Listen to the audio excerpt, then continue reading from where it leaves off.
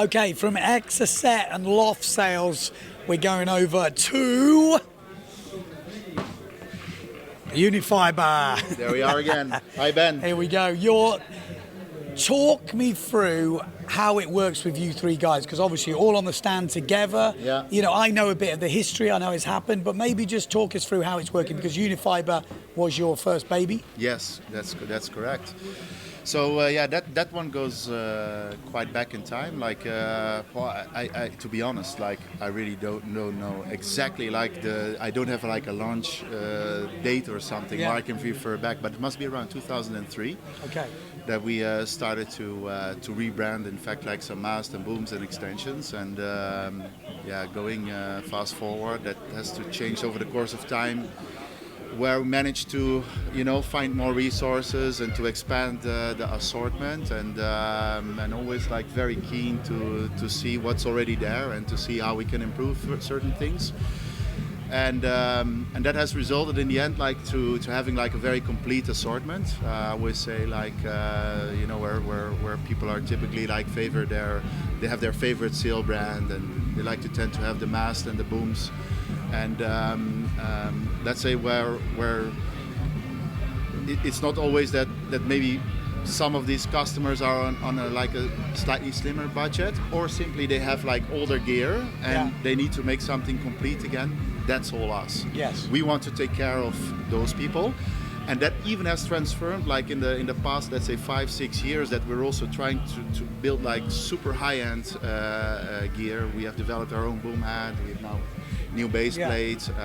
We research always this mast market, and having the 3-curve system still as of today. And in parallel, we try to really also to offer knowledge to our customers, which we are sharing on our website, and also to teach them what are these very technical sport, what is it about, and what does it do for me. Yeah. So not only like the blah blah, the marketing, it has a fancy name, but what does it do for me, or explain people what does it do for them. Yeah. So that's like in a nutshell, like how Unifiber evolved over time.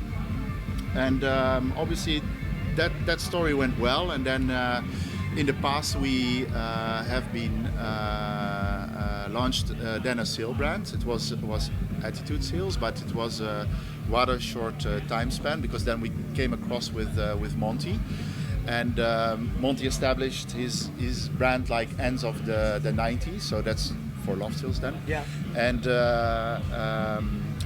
so you become the commercial partner for loft sails. Is that how it works? You have to see that Monty did it on his own, like I think more or less for the first like 5, 6, 7 years or so, and then he decided to license it out to a former partner. It was Michel Marchand from Multigliss. It was the name of his company at that time. And so he was doing it, and to be honest, I have to give some credits also to Michel Marchand. I think he was the one who also like lifted loft sails and amplified really what was Monty's baby. He's like a master in a product, but how it's very often going in this industry. You know, you can have like brilliant marketing, brilliant athletes, and brilliant product developers, but sometimes it's like lacking business skill. Yeah. And I learned the ropes like my way, and I start to apply like doing this in this collaboration with Monty. So we were the next term of licensing with Monty, and that's what we do so far so for 8 years. So he can just concentrate on sail designing, and you take care of the business. Exactly. Basically, we are hiring Loft Sails as a brand, where we take the full responsibility, you know, from organizing production, creating the marketing. Obviously, it's a whole distribution network where we have obviously like a very nice baseline, because we created that with Unifiber. Okay. And then you can start to put things together. So we had like a very nice synergy over there, and and that's like how it went with Monty up to today. So Monty is the brand owner of Loft Sails, and we are his licensee partner, and we have like a common goal, and so far it works well. And obviously Exocet, that's a new acquisition for you. Exactly. So with Exocet, it's like a slightly different story. So also like fun fact, when I started the company Equipe Trading, which is the umbrella company for all these brands, because we also acquired some kite business in 2020. You're based in Holland as well, yeah? Yes, yeah. And we acquired some kiteboarding / power kite business in Holland, adding it also widening our offering. And then since last year, Patrice came in the picture. I was an importer when I started Equipe Trading around 2002. So I had already some 6, 7, 8 years of history together with Patrice. I've seen Exocet growing up and together with Starboard at the time and challenging what was the establishment. And I think they did also some really interesting things back in the day. And then more from a distance, I later have witnessed that, being part of the industry and seeing how the Exocet was developing. And obviously each brand has its challenges, and Patrice also had many on his hands, and we start to have a conversation about that, and in the end we decided to take over that part of the business. And in that way, we are now basically collaborating, where we are really owning the brand, and trying to all the things we learned so far to implement that to Exocet. But obviously, it's also now our first opportunity that we really are a group. You typically see. Now you're ticking all the boxes. Now we're ticking all the boxes. We have boards, we have sails, we have the accessories, and I have almost, in my opinion, 2 legends of the sport in-house. And I think we're very complementary what we are doing. Also interesting, Patrice and Monty never came across really during their careers. And now it is, and I think it's very exciting what opportunities we will have going forward. Well, looking from the outside, looks a good business move. Like I say, ticking all the boxes, sales boards, accessories. We're going to talk about Unifiber, because obviously that's the accessory brand where it all started. What have you got going on in any new stuff? We can talk about everything. What new stuff? So nice one to start with is. We have been developing base plates. There are 3. They all have their own arguments. We have 3 product lines under Unifiber for the core assortment, and that's base plates, mast extensions, mast and booms. The white color, we call this Essentials group, and then the blue one is the heavy duty group, and then we have the orange one, that's the Elite. Yeah, that's where the maximum amount of performance features to subtract from. You look, these 3 products all look pretty similar, but in fact here we have an Essentials base plate. What we've done, one piece metal component. That's always good, because you have sometimes these things which are how you say, a thread inside, and then in fact the effective diameter is a bit smaller. So that's ensuring a good amount of durability. You don't want that to snap. Yeah. Sure. Then going down, tenon, they all look more or less the same. They are also, you can use them also in different brands. They can all look different colors and so on, but this one we've been also doing our own research and finding our ways. We've tested this with Harinas in Egypt center. Everything around the equator is horrendous for windsurfing equipment, so the best environment. So specifically the tenon we have been testing, and it's already going strong for 16 months, opposed to what is fully used every day in the sun. Exactly, and our feedback from him is yes, sometimes failing in 3 months, which looks rather short, but if you have 3 months and it would be 90 days in out, that's for a recreational windsurfer already got something. Then bottom part, also again a metal part.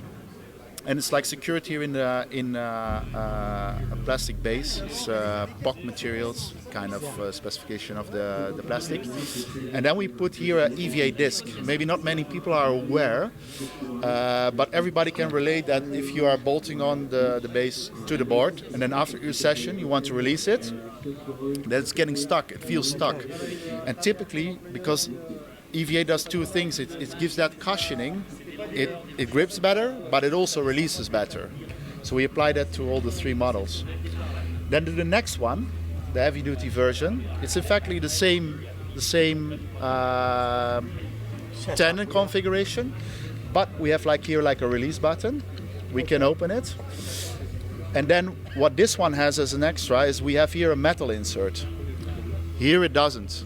So we also say this one is perfectly safe, but if you want to have this extra peace of mind, it's a metal part. And what it brings is that you create basically a metal chain of components, because here you start with a stainless steel bolt.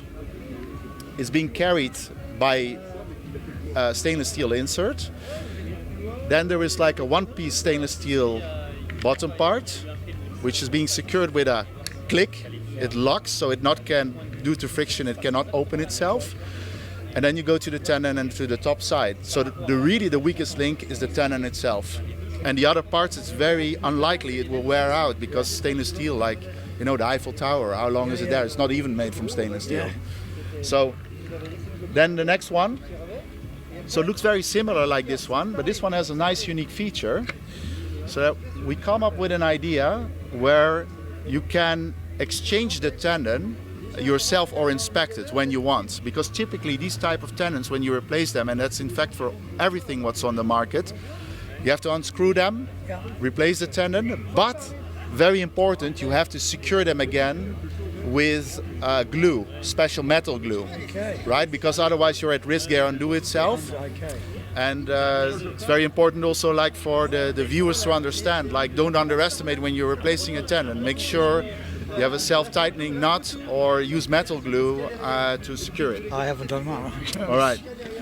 I need to do that. Yeah, but on this one, so we can remove the collar here, take it out, push out the pin, and here we have now access to the tenon. Wow. Okay. And the top part works exactly the same way.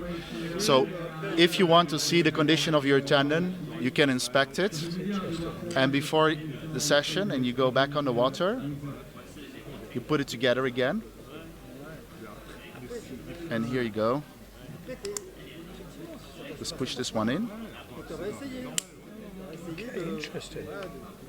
I have a question. And there you go. How often should the guys at home and me replace a tendon? I would say that, like, normally you should expect to get like a year of lifespan out of your tendon, regardless of your skill level. I'm glad you said that. Yeah. Because that's what I think people are not doing. They think they're going to last forever. Yeah. You should change them. It should be like a normal thing that you replace every season. A special point you have to look out. The most fragile points are where basically it's engaging with a bolt or with this small bar. And also, like, obviously the thing is bending. So here we also like added a radius, like it's not a sharp edge here, but a radius. So like it's support, and it's not like really like eating in at this point. But especially the hidden parts, that's where the danger lies. And then obviously, ultimately, if it would snap, you will rely on the safety. So this is a Spectra line. It can bear a load of 650 kilos, so that should do the job. Yeah, but what is always annoying, when the tenon is gone, you know, you have to go back to the beach. Yeah, it could be like your mast is like touching the part of the board and start to damage the board, and that's also like a waste. And then you have another repair. Like emergency. Yes. Yeah. You shouldn't rely on that. That's for sure. Now that's interesting. I think that's good. I think there'll be a lot of people watching that. Very interesting product, and like you say, it's very clear to understand which models are doing what stuff. And what's the price points for these? Yeah, so we have just quite logical prices. We start with like $49.95, Okay. $69.95, $89.95.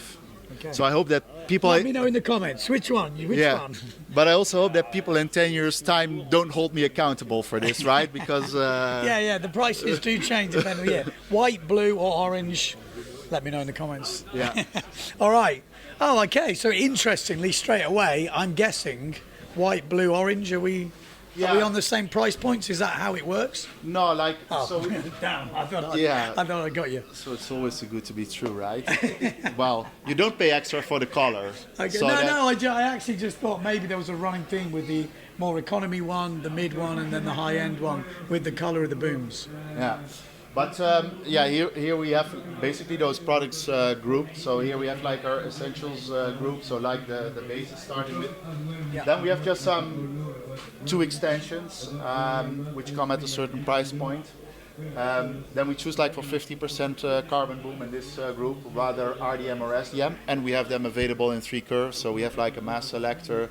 If you have a certain sale from a particular year, you just can look it up in a matrix. Just before you go to it, we'll try and drop that clip in of the mass selector, because it's basically a chart where you can find any brand of sail pretty much, work out what mass you can get from Unifiber to fit your bend curve. Exactly. Is that right? Yeah. At least the closest one. Yeah, the closest, okay. Yeah. The most. All right, so, and then, we have like an Essentials boom, which is a 29 meter diameter grip boom. Quite chunky. Yeah, exactly. With our boom head, which is removable. So that's like a nice part, a feature what we have. You just have to slam it off. Yeah, my thumb is also like a little bit injured, but. So the benefit, like if you are more like a recreational style of windsurfer, or you maybe like value the space in your storage, or the way how you are going to the beach, whether with a small trailer or car or whatever. If you have like a quiver with multiple sails, you need probably 2 booms. Yeah. And with this one, you can just buy a new boom body, you undo the tail, you reuse the boom head, and you can snap it on in a matter of seconds, right? So you just like clip it on like this, and you turn it, and there you go. Interesting. And also, you know, like you say, just slipping it into a trailer for space. Yeah, or flying, or whatever. And also, like maybe you know that you also have people are like want to enjoy their equipment for a very long time. Let's say if you would have a catapult, or you need to replace something, you just buy the part you need, and there you go. Yeah. Oh, that makes a lot of sense. Especially, like, I think when you get into the carbon stuff as well, because the carbon stuff lasts for ages, but some of the other stuff maybe not so much, you know? Yeah, like obviously if you have like aluminium booms, they could start to corrode like over time, and then typically at a certain point they get like out of like at the end.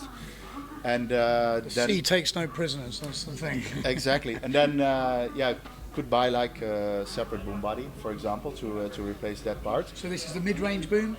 Exactly. So this is a mid-range boom. We call this heavy duty. It's also really heavy duty boom. So what makes it heavy duty?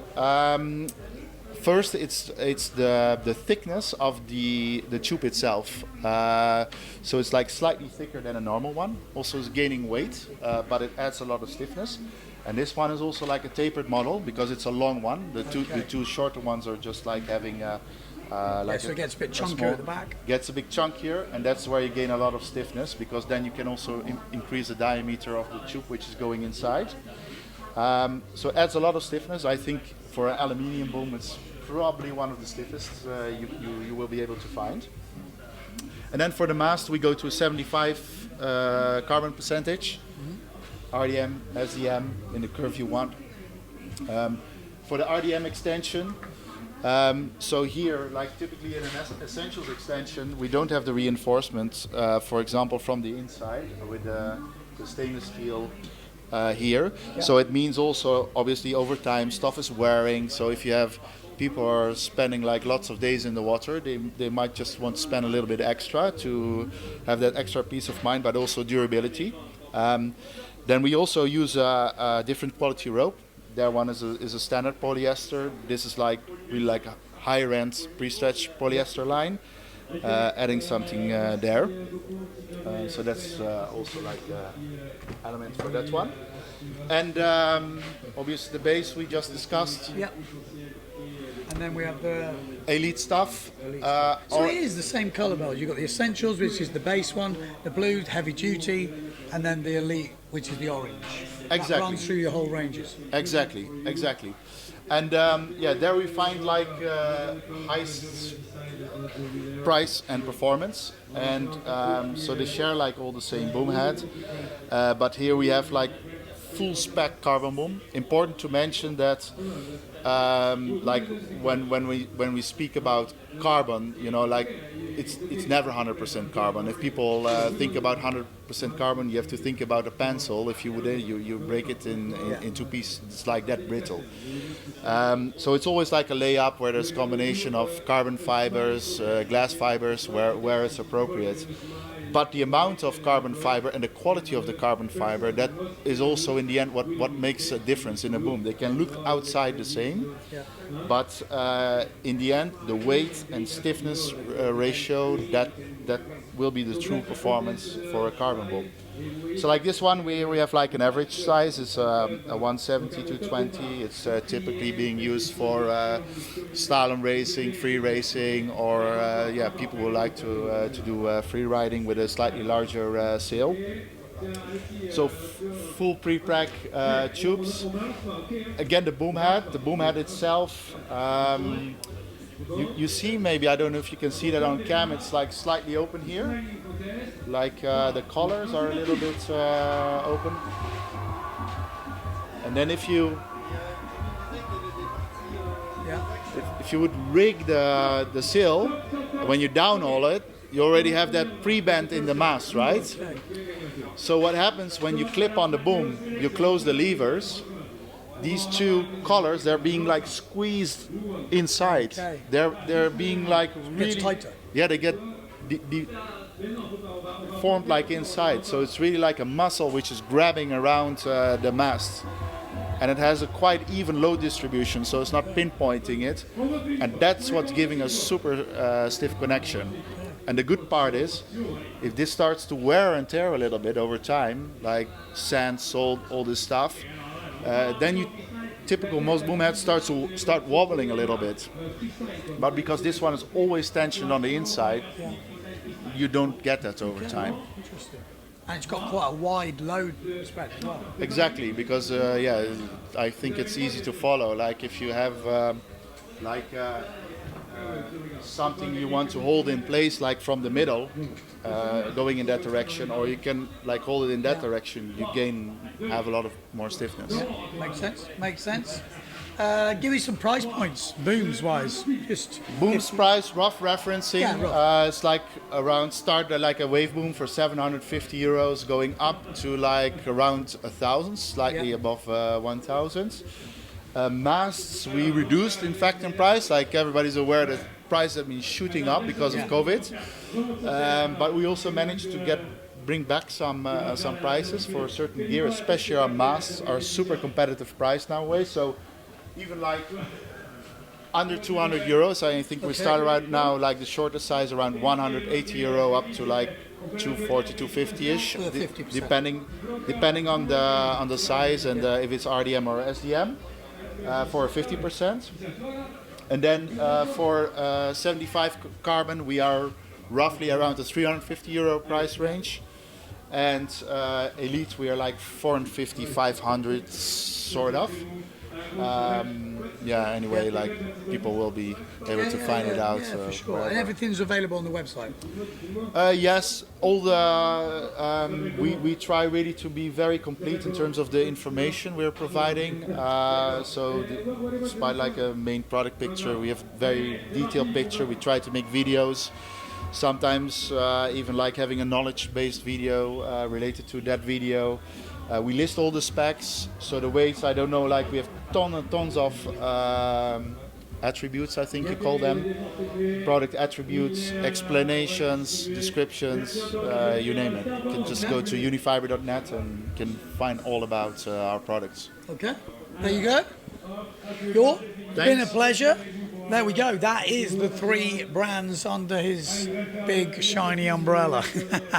Exocet, Loft Sails and Unifiber.